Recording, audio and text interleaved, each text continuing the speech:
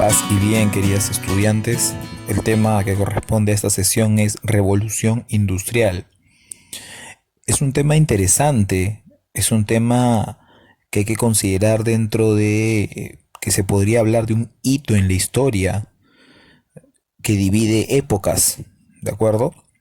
Cuando hablamos de revolución industrial tenemos que centrarnos lógicamente en la, en la contemporaneidad, en esta y también en esta división histórica por modos de producción, cuando ya hemos hablado del esclavismo, que va pues hasta la caída del Imperio Romano, y a partir de ahí nace otro modo de producción al que se le conoce como feudalismo, en el cual van a gobernar los reyes, los señores feudales, época en la cual lo que más va a importar es la tierra, los feudos.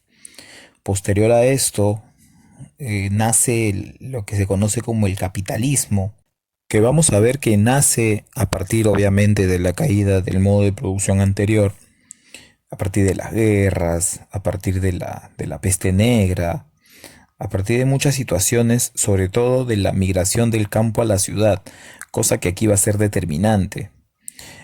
La primera etapa del capitalismo la conocemos como el mercantilismo, época en la cual lo más importante era la acumulación de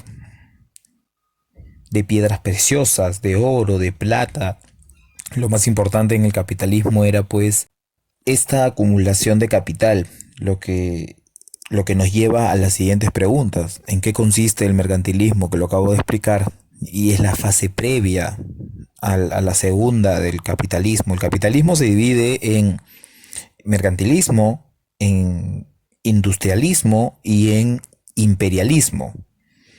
Entonces, hasta el momento hemos visto la etapa mercantil en la que importaba la acumulación de metales preciosos, de piedras preciosas.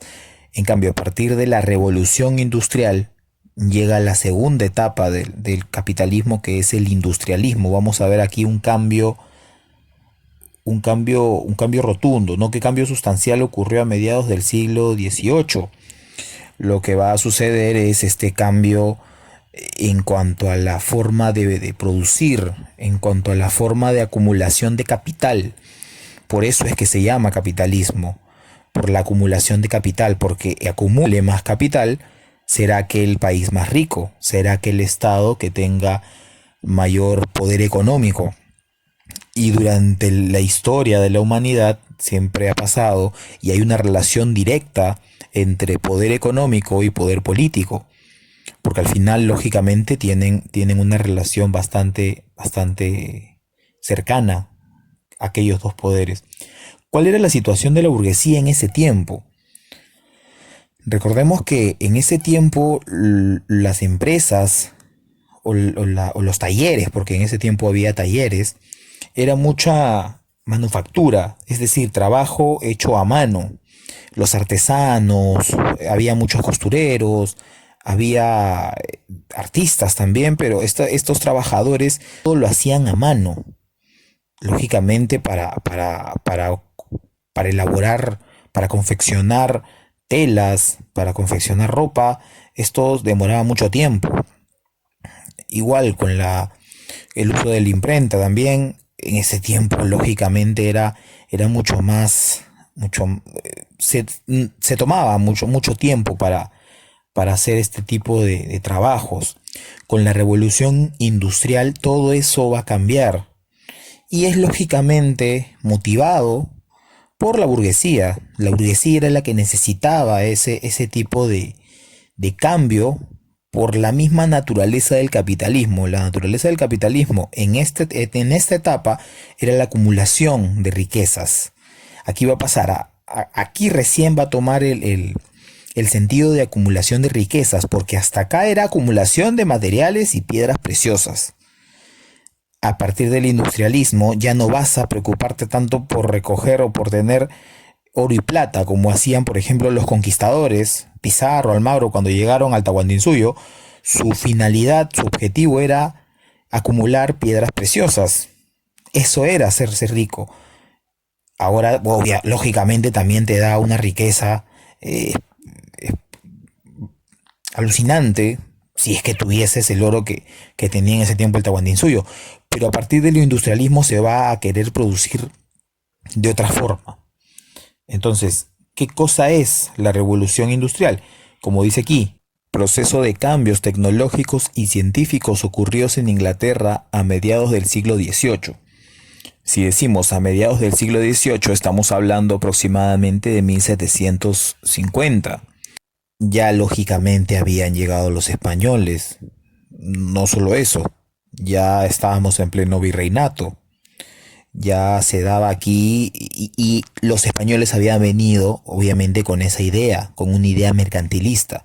Entonces la revolución industrial va a partir de Inglaterra, va a hacer cambios en todo el mundo, porque va a cambiar esa concepción del capitalismo a partir de las creaciones que se van a dar lógicamente por una motivación de la burguesía, por una motivación de la burguesía con respecto a la producción, repito, todo las consecuencias de la revolución industrial vienen en la producción de, de- que se utiliza a partir del capital. Ahora, debemos considerar un aspecto importante que ahora lo pongo en la pantalla, que es el paso en esta revolución industrial, el paso del taller donde se producía de manera manual.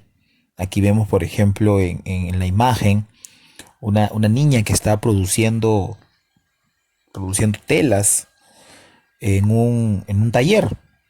Lo que había antes de la revolución industrial, lo que había en cantilismo era personas trabajando en talleres. Imagínate cuánto se demora una persona en producir, o mejor dicho, cuántas personas le tomaría a una empresa producir unos 20 polos, supongamos. Con la revolución industrial esto cambia, porque se crea la máquina de vapor, se crea el telar mecánico, se crean muchos inventos, los cuales van a reducir costos, porque eso es lo que la burguesía y lo que actualmente cualquier empleador, cualquier dueño de una empresa busca, la reducción de costos. ¿Para qué? Para obviamente aumentar sus ganancias. Entonces, desde este momento ya la burguesía, y los grupos capitales, ya pensaban en reducir costos para poder tener mayores ingresos. Entonces, el cambio en revolución industrial no vino tanto por una cuestión de evolución, por una cuestión de conocimiento, sino motivada por un interés lógicamente económico. Se pasó de la producción manual que se daba en los talleres a una producción en fábricas. ¿Por qué? Porque se pasó del trabajo del ser humano, se cambió.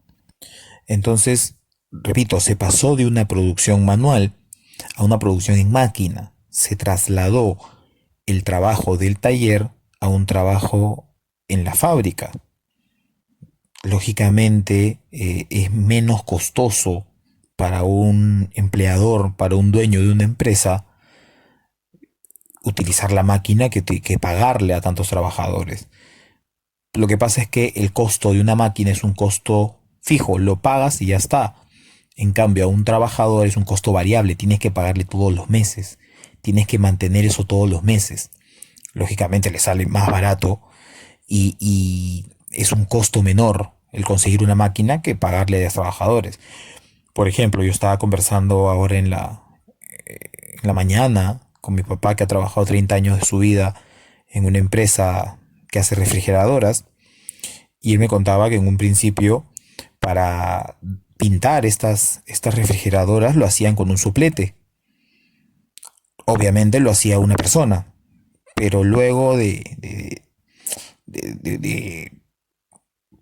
un proceso, luego de cambios, trajeron una máquina, me contó, una máquina en la cual tú metías la, la, la refrigeradora y eso le echaba un polvo, me dijo que le echaba un polvo y eso ya la dejaba como si fuera, como si estuviera, ya la dejaba pintada. Entonces, ya no necesitabas para, digamos, 10 refrigeradoras, ya no necesitabas 10 personas, ya solo necesitabas dos, porque esas dos iban a controlar la máquina. Entonces, la revolución industrial trajo estas cosas. Si bien es cierto, trajo tecnología, pero también dejó muchas personas sin trabajo. Eso fue un aspecto negativo de la revolución industrial. Ahora vamos a la siguiente parte del vídeo. Aquí te dejo el enlace para que te puedas conectar de manera más rápida. La segunda parte de la revolución industrial.